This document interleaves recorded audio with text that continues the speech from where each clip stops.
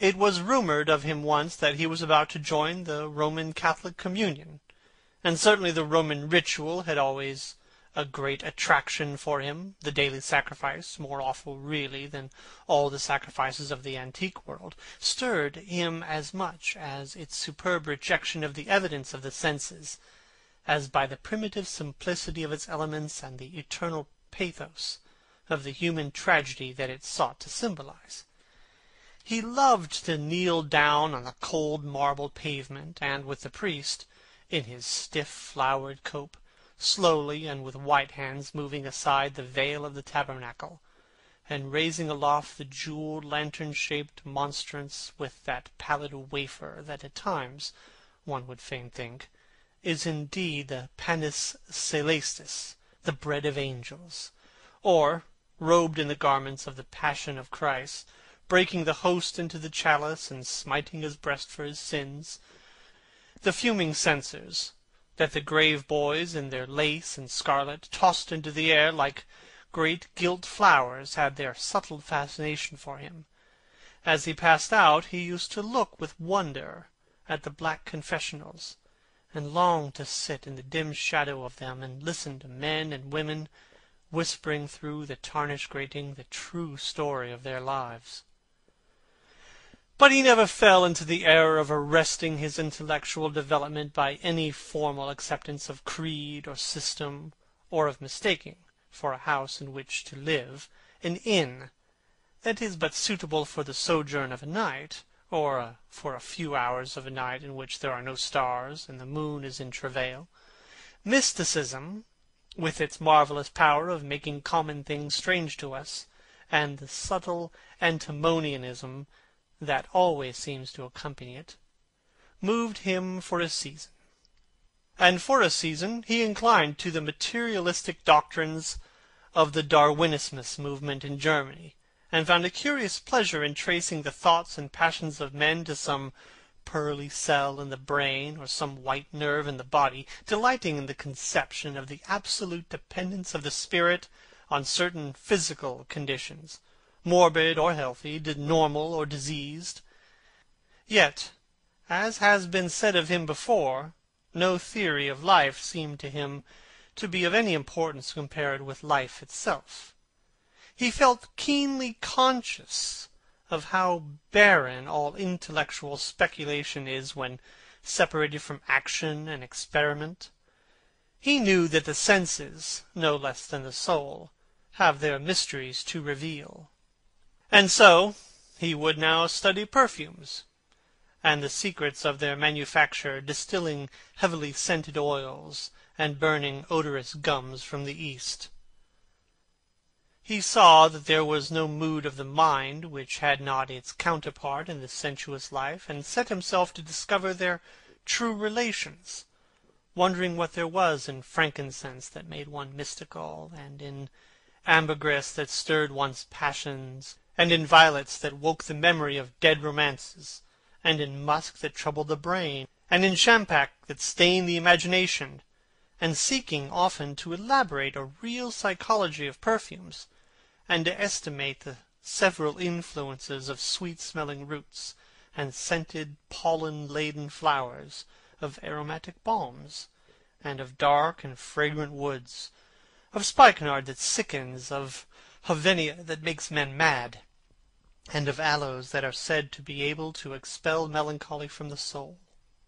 At another time he devoted himself entirely to music, and in a long latticed room with a vermilion and gold ceiling and walls of olive-green lacquer, he used to give curious concerts in which mad gypsies tore wild music from little zithers, or grave yellow-shawled Tunisians plucked at the strained strings of monstrous lutes, while grinning negroes beat monotonously upon copper drums, or turbaned Indians, crouching upon scarlet mats, blew through long pipes of reed or brass, and charmed, or feigned to charm, great hooded snakes and horrible horned adders.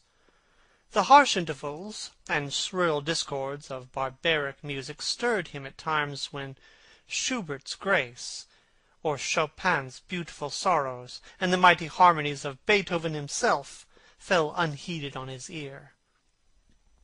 He collected together from all parts of the world the strangest instruments that could be found, either in the tombs of dead nations or among the few savage tribes that had survived contact with Western civilizations, and loved to touch and try them. He had the mysterious Juruparis of the Rio Negro Indians, that women are not allowed to look at, and that even youths may not see till they have been subjected to fasting and scourging, and the earthen jars of the Peruvians, that have the shrill cries of birds, and flutes of human bones such as Alfonso de Oval heard in Chile, and the sonorous green stones that are found near Cuzco, and give forth a note of singular sweetness. He had painted gourds filled with pebbles that rattled when they were shaken, the long clarin of the Mexicans, into which the performer does not blow, but through which he inhales the air, the harsh ture of the Amazon tribes, that is sounded by the sentinels who sit all day long in trees, and that can be heard, it is said, at a distance of 3 leagues. The Teponaztli, that has 2 vibrating tongues of wood, and is beaten with sticks that are smeared with an elastic gum, obtained from the milky substance of plants.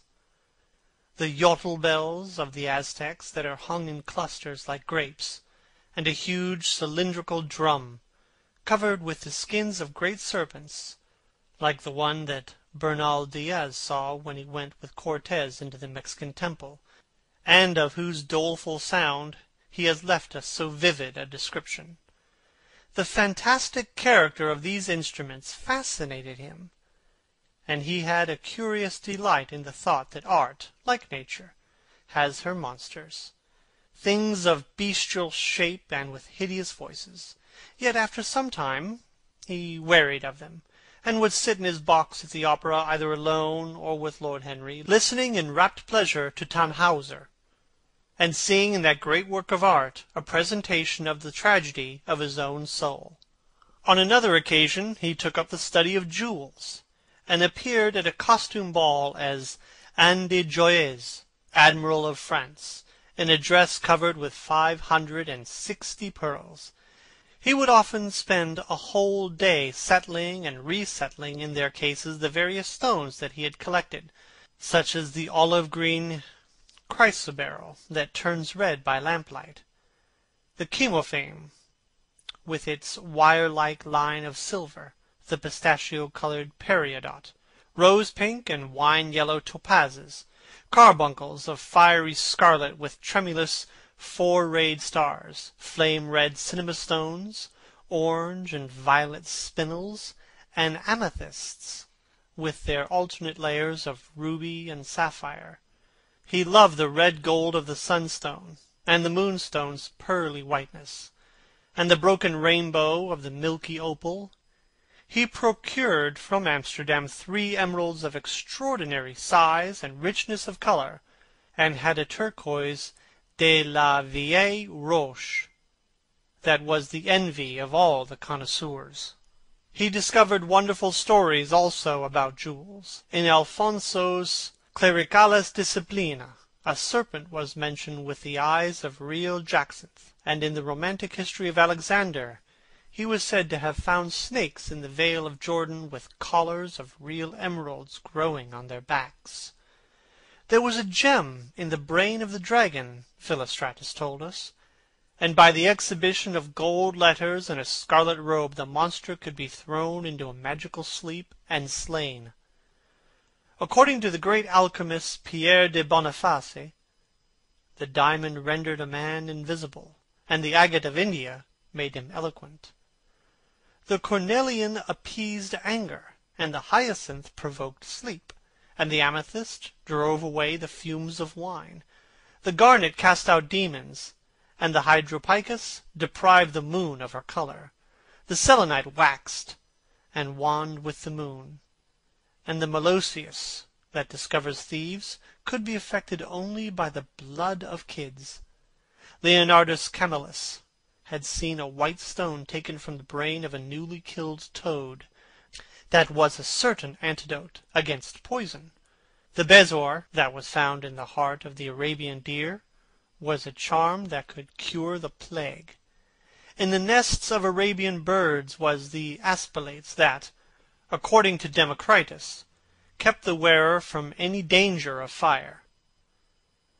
The king of Ceylon rode through his city with a large ruby in his hand, as the ceremony of his coronation. The gates of the palace of John the priest were made of sardius, with the horn of the horned snake inwrought, so that no man might bring poison within. Over the gable were 2 golden apples, in which were 2 carbuncles, so that the gold might shine by day and the carbuncles by night. In Lodge's strange romance, A Marguerite of America, it was stated that in the chamber of Marguerite were seen all the chaste ladies of the world, enchased out of silver, looking through fair mirrors of chrysolites, carbuncles, sapphires, and green emeralds. Marco Polo had watched the inhabitants of Zipango place a rose-colored pearl in the mouth of the dead. A sea monster had been enamored of the pearl that the diver brought to King Perozes, and had slain the thief, and mourned for 7 moons over his loss. When the Huns lured the king into the great pit, he flung it away.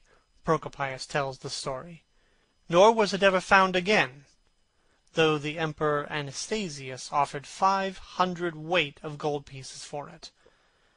The king of Malabar had shown a Venetian a rosary of 104 pearls, one for every god that he worshipped.